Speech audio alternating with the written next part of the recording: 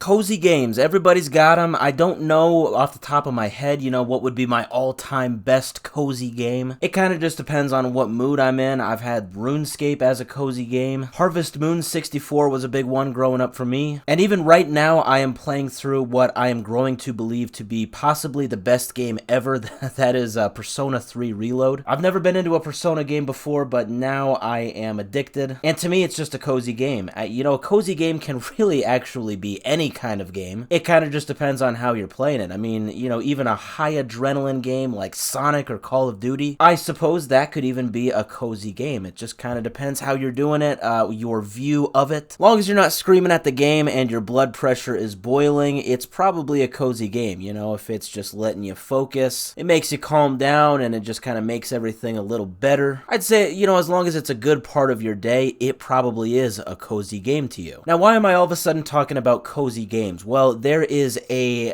article that I actually would call way more than just a news article that was just released by Reuters. I'm going to link it in the description. I would highly recommend anybody read through this article. I've never seen anything like it. It's like an interactive article. You scroll through it and it's like you're playing a game. Might sound dumb, but I swear it's like the coolest thing I've ever read. But it's talking about this cozy game phenomenon, and specifically I wanted to look at the actual facts and statistics that were presented in this article, because I think that this is a great article, and sprinkled throughout it are some actual facts that do show and support that, yes, gaming can be very good for one's mental health. I think the key takeaway is probably just how it's used. Again, you can be screaming at the top of your lungs at a game like Call of Duty and you genuinely having the worst time of your life. And I mean, for me personally, yep, been there, done that. I'm sure that pretty much anybody watching this can probably relate. But yeah, the takeaway to me is that it is kind of just how you are playing this game. So one peer-reviewed article that was brought up was written by a person by the name of Hiroyuki Agami, and this talks about the casual effect of video gaming on mental well-being in Japan. So it was a case study that it looks like it was conducted between the years of 2020 and 2022. Now this study did find that spending 1 hour each day playing video games was actually associated with an increase in overall life satisfaction, as well as an increase in the quality of one's mental health. Now, with that study being done between 2020 and 2022, COVID definitely played a big role in that, and that is definitely something that was focused on in this article. It talked about how Animal Crossing New Horizons came out pretty much right as COVID started in March of 2020, and this is considered by many to be a cozy game, and this had a lot of positive effects on people as they were forced to stay put in their house. I've never played it, but I understand Animal Crossing to be very similar to like a Harvest Moon or a Stardew Valley. So yes, I could see how escaping into that fun, colorful world for, maybe just 1 hour a day while you're stuck inside could definitely be good on one's mental health. Now, another study that was brought up was by Michael Wong, and he surveyed 80 undergraduate students in the US, and this was around the same time. This was in 2021, and he found results that actually compared casual video gaming to meditation, believe it or not. And then finally, there was another article that was brought up yet again around the same time, 2022, and this was by Ray Juan Carlos University, and essentially they showed that video games can be used as an alternative to actually manage ADHD. All of this stuff is really cool. I love research like this, and I have to say all three of these articles, these